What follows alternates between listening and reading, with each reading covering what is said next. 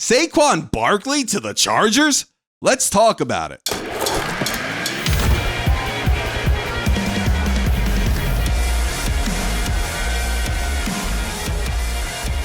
Hey guys, I hope you are having a stupendous day today. If you love the Giants but you're not subscribed, be sure to subscribe, especially if you want to be kept up to date with the latest in New York Giants news or just for plain old New York Giants discussion.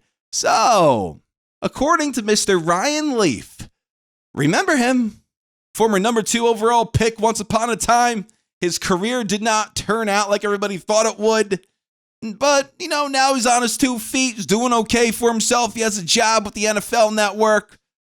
He's over there and he's good. I'm happy for him. He played for the San Diego Chargers once upon a time. He was teammates with Jim Harbaugh. Well, according to him, he thinks that Jim Harbaugh is going to end up targeting Saquon. And this is how I honestly feel about it.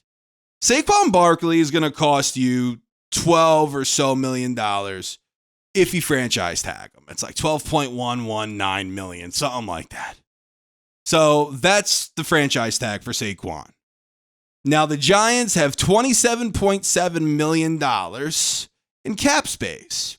They're like in the middle of the league in cap space. So in bringing back Saquon, even if they just tag him, in bringing him back, is that the best move for the organization? You know this, and I know this. This team has a lot of needs. A lot. That offensive line is horrible. Horrible.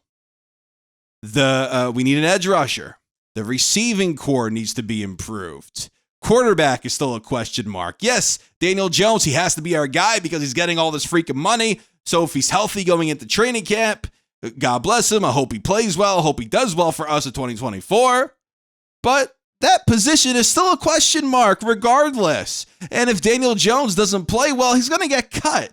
They have an out after next season. So he's going to get cut. So, Saquon Barkley, is that worth even franchise tagging him? He's going to want $14 to $15 million. This past season, he didn't even rush for 1,000 yards. I believe played in 14 games, didn't rush for 1,000 yards, had like 200, I think, receiving yards. Wasn't very good. Yes, he got healthy. Yes, the offensive line absolutely stinks.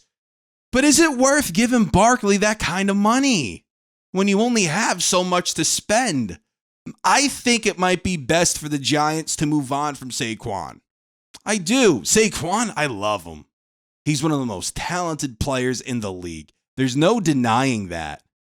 But I just don't think it's worth signing him to a long-term deal when you need, and a long-term deal in the NFL is like freaking 3 years, but when you need so much already as a whole, I don't think bringing back a halfback, a very good one, to that kind of money is worth it, considering you have to get a couple of guards, maybe even a right tackle if Evan Neal isn't your guy. You have to get a receiver or two. It's just a mess. And Xavier McKinney, another guy, he's a free agent.